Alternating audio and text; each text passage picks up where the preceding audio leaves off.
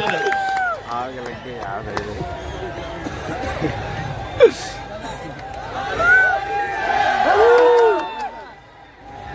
गुरुजी हिल गया पंडाल तो इनका ही है। जय जवान दोस्तों, जय जवान। जय जवान। आशा करूंगा कि आप आसपास में जो जहां तक मेरी आवाज जा रही है वे बाहर साथी नाच रहे हैं, वे भी पंडाल में आ जाएं। आप लोग जो इधर उधर सुन रहे हैं वो जो बाजे बज रहे हैं उनको भी थोड़ा रुकवाएंगे तो अच्छा होगा। मेरा गला वैसे बैठा हुआ है। कल सूरत महुआ में कार्यक्रम था, वहां पर भी अभी जो पंडाल में जितने लोग हैं उससे ज्यादा लोग थे और वहां भी पौन घंटा बोल के आया हूं मैं। तो मैं कुछ जरूरी बातें आपके बीच में शेयर करना चाहता हूं, तो आप ध्यान पूर्वक सुनेंगे तो अच्छा होगा। दोस्तों, अभी हमने पूरे देश भर से आए हुए हमारे समाज के एक्टिविस्ट को सुना और आप लोगों ने मेरे मंच पर आने पर आप लोगों ने इतना उत्साह मुझे भी दिया और आप में भी है। उसके पीछे आप क्या समझते हैं वो मुझे नहीं पता, लेकिन मैं ये समझता हूं कि मैं हमेशा सच किसी भी सूरत में पूरी ताकत के साथ में बोलने की हिम्मत करता हूं। यह मेरी ताकत है और ये मेरी आदत एक शिक्षक होने के नाते है। शिक्षक वह होता है जो सच बोलता है, और यदि शिक्षक होने के नाते मैंने मेरे समाज की आवश्यकताओं, मेरे समाज की समस्याओं पर नहीं बोला तो मैं भी किसी काम का नहीं हूं। अभी हम लोगों ने बहुत सारी समस्याएं सुनी, तो हर बार चूंकि मैं एक बात बोलता हूं कि समस्या तो हम बार बार बोलते रहते हैं, समाधान क्या।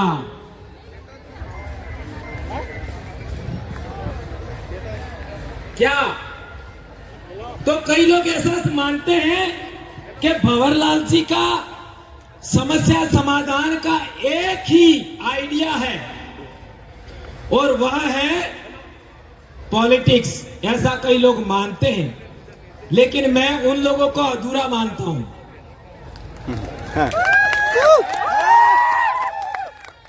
अधूरा मानता हूं। एक बार भंवरलाल परमार को पूरा पढ़ लीजिए, ज्यादा बेहतर होगा। हम लोग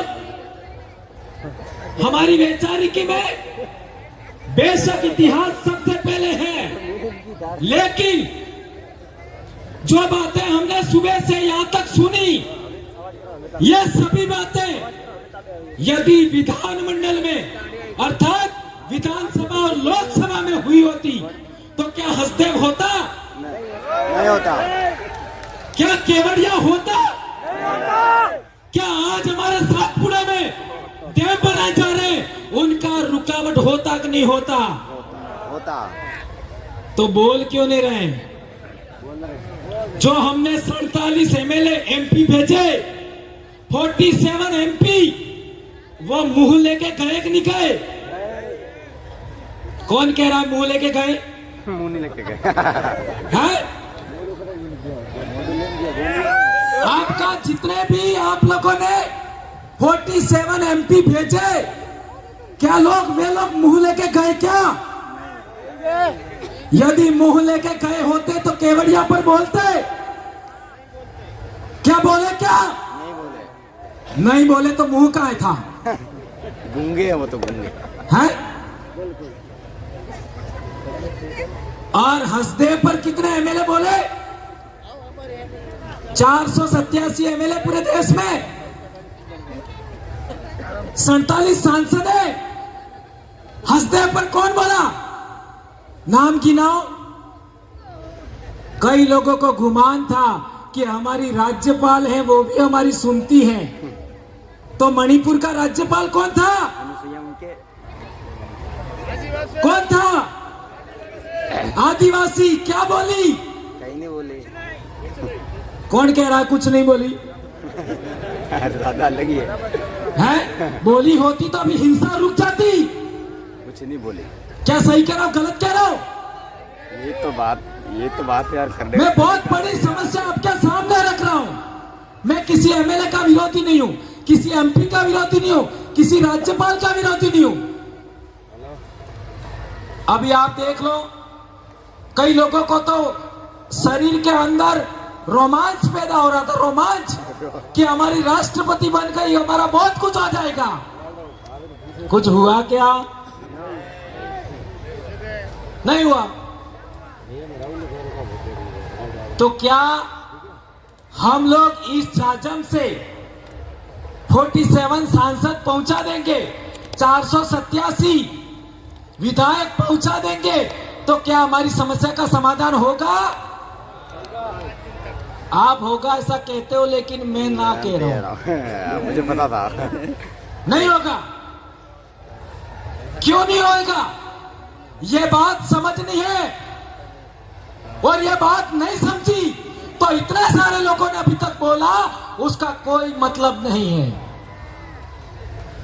कोई मतलब नहीं है। हमारे देश में हम राजनीतिक गुलाम हैं। यह है समस्या। हमारे देश में हम राजनीतिक गुलाम हैं, और राजनीतिक गुलाम है तो राजनीतिक आजादी चाहिए। कौन कौन चाहता है राजनीतिक आजादी? क्या बात कर रहे हो आप? इतने लोग राजनीतिक आजादी चाहते हो, और आपके विधानसभा में आपकी कोई आवाज उठाने वाला नहीं है। सही बात है। तो समस्या क्या है? एक बात, राजनीतिक गुलामी। कई लोग कहेंगे कि ये बात आपने गलत बोला, तो मैं कहना चाहता हूं कि आपके 47 सांसद और 487 विधायक क्या आपने चुन करके भेजे? क्या आपने चुन करके भेजे? तो हाँ, चुने तो आपने, पर क्या आपने सेलेक्ट किए? आपने सेलेक्ट नहीं किए। यह है समस्या। जब नेता आपका है, आपके समाज का है, आपके सीट से जा रहा है, आपका आरक्षण से जा रहा है, तो उसका सिलेक्शन आपको करना चाहिए था। आपको सिलेक्शन का अधिकार नहीं दिया। कब नहीं दिया? 1951-52 में हमारे डूंगरपुर जिले के अंदर एक सीट पर 2 विधायक थे। एक आदिवासियों का विधायक था, एक सामान्य वर्ग का विधायक था। सही कह रहा हूं, गलत कह रहा हूं? हमारे डूंगरपुर के ये प्रदेश अध्यक्ष जी, सही कह रहा हूं, गलत कह रहा हूं? हमारे डूंगरपुर में 1951 में 2 विधायक थे। एक सीट पर एक आदिवासी विधायक था, एक विधायक सामान्य वर्ग था। यह व्यवस्था थी। और उससे पहले हम चाहते हैं तो पुनः पैक्ट करार हुआ 1932 में। तब हमारे देश में जो डेमोक्रेसी आ रही थी, उस डेमोक्रेसी पर यह तय किया था कि जो SC ST लोग हैं, OBC लोग हैं, जो पिछड़े लोग हैं, वो 2 वोट देंगे। एक वोट अपने जनप्रतिनिधि को देंगे और एक अपने इलाके में रहने वाले सामान्य वर्ग के जनप्रतिनिधि को वोट देंगे। तो यदि कोई सामान्य वर्ग का व्यक्ति हमारे पास वोट लेने के लिए आता, तो हम कहते तुम हमारे साथ छुआछूत कर रहे हो, हम तुमको नहीं देंगे। तो वो हाथ जोड़ी करता, आगे से मैं छुआछूत नहीं करूंगा। हम कहते कि तुम हमारे जंगल छीन रहे हो, पहाड़ छीन रहे हो, हमारी नदियों का पानी तुम खराब कर रहे हो, जैसे ये दमनगंगा का हुआ। तो हम कह सकते थे कि हम तुमको वोट नहीं देंगे, तो वो कहता कि आगे से मैं ऐसा ख्याल नहीं करूंगा। और दूसरा, हमारा आदमी हमारे बलबूते चाहता तो वो हमारी आवाज वहां धड़ल्ले से बोल सकता था, कोई रोकने वाला नहीं था। तो आज 1951-52 के बाद हमारे देश में आदिवासियों पर पूना पैक्ट थोप दिया, और इसकी वजह से आदिवासियों का नेता कौन होगा ये सेलेक्ट करने का पावर पार्टियों के हाईकमांड के पास में है। यह है समस्या। और पार्टियों का हाईकमांड में कितने आदिवासी है? 0। कितने? ऊपर तो एक भी नहीं है। क्या बात कर रहे हो? प्लीज। यहाँ तो गांव से लगा करके गली गली तक नेता ही नेता है। नेता बने कोई वो, तो वो क्या नौकर चाकर है क्या? बस वही हो, क्यों नहीं है हाईकमांड में? उनको लेंगे। ये है बड़ी समस्या।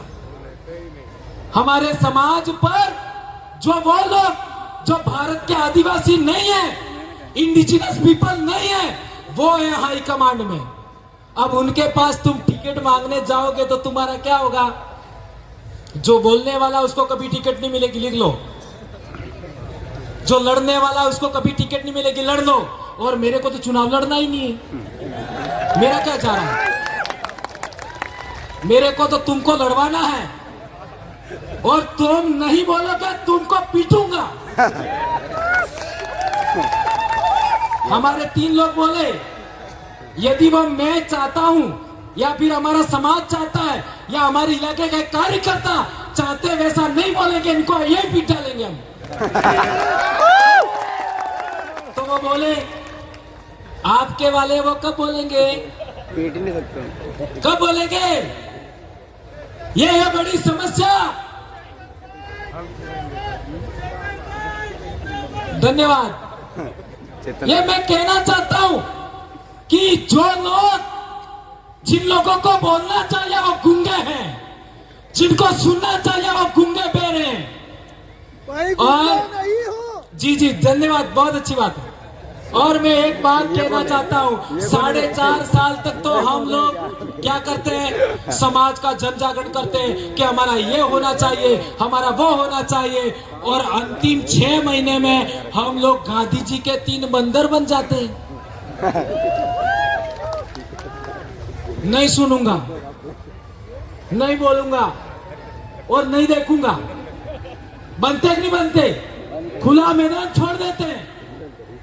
तो हंसते उजाड़ा गया वो कानून कहाँ बना? कहाँ बना? संसद और विधानसभा में बना। संसद में बना, और संसद में तुम्हारी आवाज उठ ही नहीं रही है।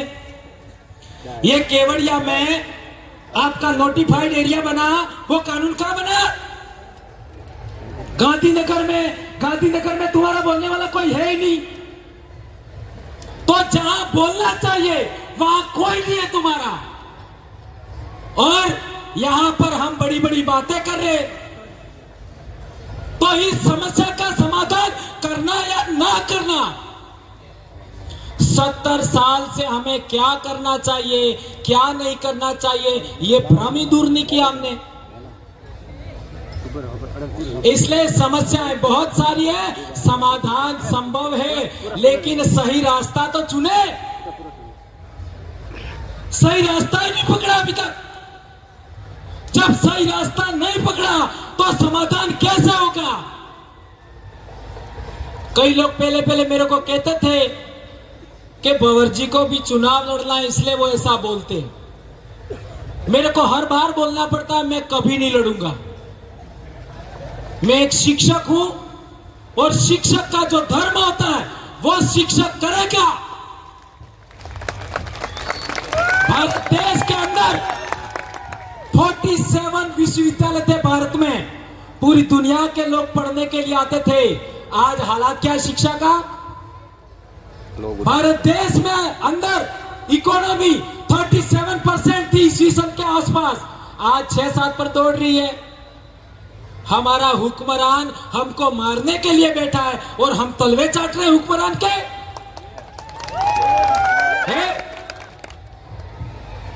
और हम तो कह रहे हैं हमारी कांग्रेस आई है। आई का मतलब नहीं समझे? आई माँ। कई लोग कहते हैं भाजपा हमारी आई है।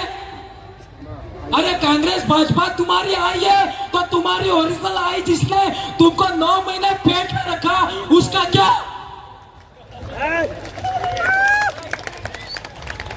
और मैं भंवरलाल परमार, मेरी माँ ने मेरे को पैदा किया तो मेरी माँ को भी किसी माँ ने पैदा किया, मेरी माँ की माँ को भी किसी ने पैदा किया। लाखों पीढ़ियों की माँओं को इस भारत भूमि ने पेट भरने के लिए अन्न दिया, पानी दिया, हवा दिया, जलवायु अच्छा दिया, मकान दिया।